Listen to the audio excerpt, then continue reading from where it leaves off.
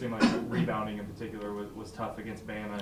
You going up against a Texas A&M team that rebounds the ball really well. Just what's been the message the last couple of days, and how do you kind of fortify that going into this game? Yeah, we gave up 22 against Alabama, and they're really, really good, and you just put yourself that many extra possessions.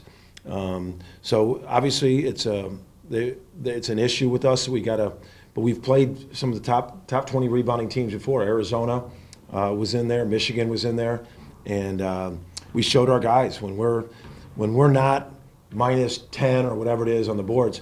We've been in halves where we're up 1 in the rebounding battle. So you're going to go up. A&M is literally the best in the country, and he coaches them up. Buzz coaches them up that they go so relentless, and they all go. It's not like you're just worried about 3 guys. They all go, and you got it's a relentlessness. You got to go get it. You got to go get it, and that's a thing that really obviously hurt us against Alabama that we've got to be ready for against A&M. Does that just sort of start with the guards? Your guards got to have more. Everyone's got to help. You can't play 13 minutes and have 1 rebound. You can't, and we've called guys out. We've challenged them. It's like you can't play these kind of minutes and not get rebounds. And every guard is included in that. Majerus had a big thing, rebound down. That's for the guards mentality. You're on the perimeter, you just can't sit there and watch. You got to look, box out, and then go rebound down, go get it. And that's what we've got to do. And it's every night in this league. We knew that. But we're literally playing the best in the country at it Wednesday. Porter, you've been a pretty good defensive team, but in this game, you gave up the 9 dunks. You just... Is that what it was? Yeah. It felt like 19. Yeah, well, it might have been. Yeah. But you just never seem to, even the second half, you're scoring, you give up 50. Yeah. What did you guys thought of it when you got back? What did you adjust defensively, or what are you going into this? Long list, starting in a film session first thing Monday morning. If it wasn't for the NCAA rule, we had to give them Sunday off. But it wasn't character. We played out of character. Right. We've been tough. Our guys have been really, really resilient, game in and game out, and we weren't. You're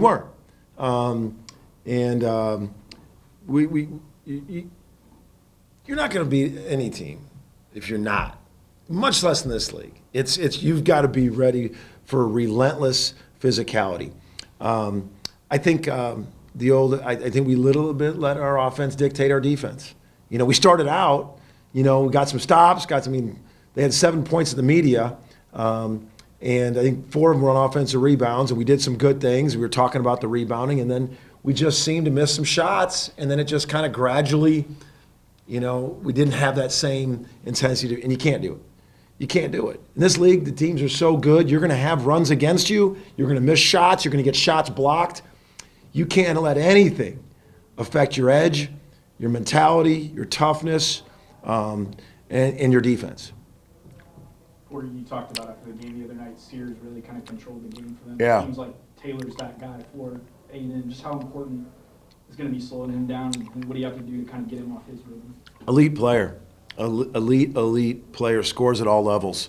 And he's such a veteran, and there's nothing rattle him, there's nothing he hasn't seen. Or you want to do this to me on this ball screen, fine. You want to do this? Just an elite player. Competitor, uber competitor. Just got a ton of respect for him, I just watching him from afar, and then now diving into him. Elite player, and then he's surrounded by a lot of elite players. Buzz did a great job of putting together a team. They got rebounders, defenders, shooters, key guys. They really got a great team. Porter, heard Bryson say last night that you guys had your best practice of the year yesterday. Just how have you seen the guys respond from the Alabama loss, and then also just how much does it help having older players on the roster? It helps having older guys because you can tell them the truth. Sometimes younger guys hear the truth and it gets them uneasy, gets them in their feelings. Like I was uncomfortable hearing my coach say that, or embarrassed. I'm embarrassed. Older guys they had I mean, you couldn't, it was a combination of embarrassment and being pissed. And that's what older guys do. It's not personal. It's not anything. And then that was, that film session, there was a lot, you got, the film doesn't lie. My God, I heard Majera say that all the time. But the film doesn't lie. And we were not to our standard. Hey, and take nothing away from Alabama. I mean, that first half of basketball could have been the best half of basketball I've seen any team play on any, and Nate said it. But still, it takes what it takes to win, and we didn't provide that. So, yeah, older guys help you. Hopefully they bounce back. We always talk about that. And you got to have this more than ever in this league, because what's ahead of us is, man, you got to be able to bounce back. How you respond when it doesn't go your way. That's character. We all know that. We've talked about it. It didn't go our way, so we've got to fight in that. And I like what I saw in practice. We've got to do it again. We've got to do it again and again and again. It's not, you can't just have one good practice, make yourself feel great about yourself, and then all of a sudden, no, I want to stay pissed off for a while.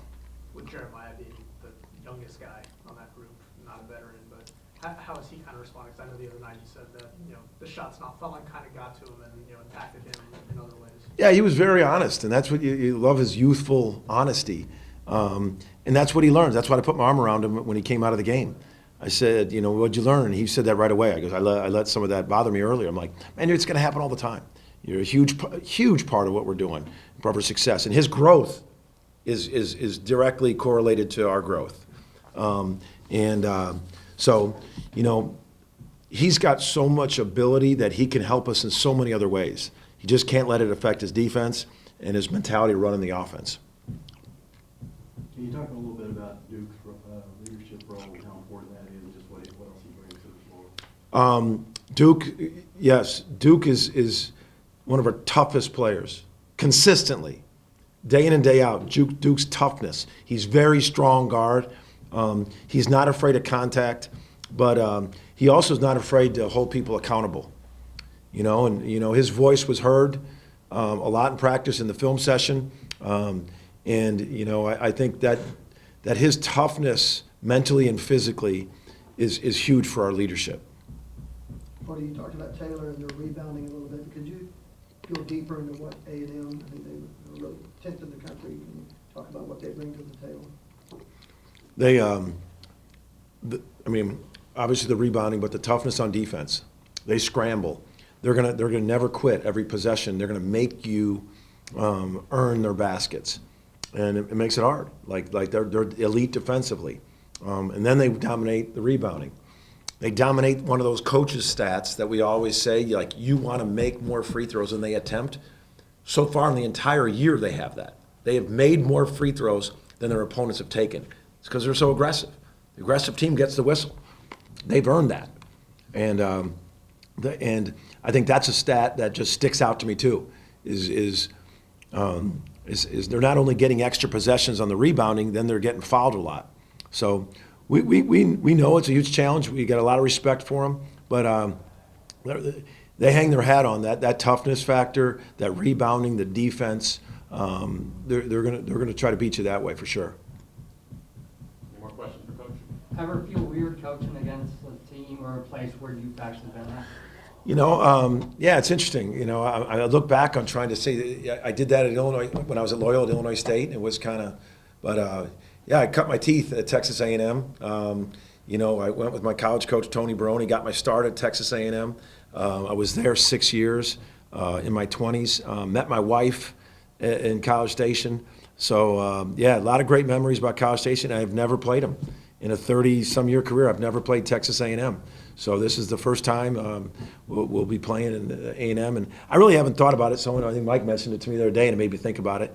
I know I'll probably think about it when we play there, just because you spend 6 years of your life and you meet your wife there. She went there, but honestly, it's been 72 hours of being pissed and about rebounding. So that's the storyline. I guess for both of you guys, Duke, to start, just obviously it's not an ideal way to start conference play, but it's still really early. What's been the message the last couple of days in terms of kind of bouncing back from a tough one? Yeah, you know, starter comes play, you know, that's not kind of what you want to start off with, you know, with a big L like that. But the biggest thing, we trying to just get back to being ourselves. You know, Saturday night we feel like we went ourselves, you know, especially on the rebounding end and the physicality. So we've been harping on that mostly.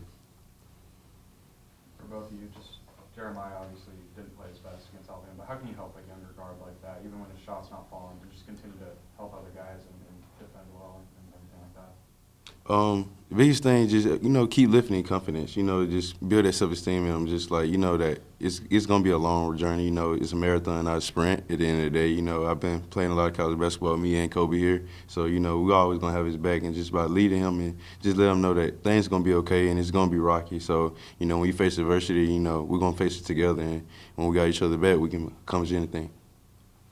Yeah, I definitely agree with Duke. I think, you know, a lot of guys see a lot of peaks and valleys early on in college. Jeremiah hasn't, you know, experienced that yet. That might have been his first valley.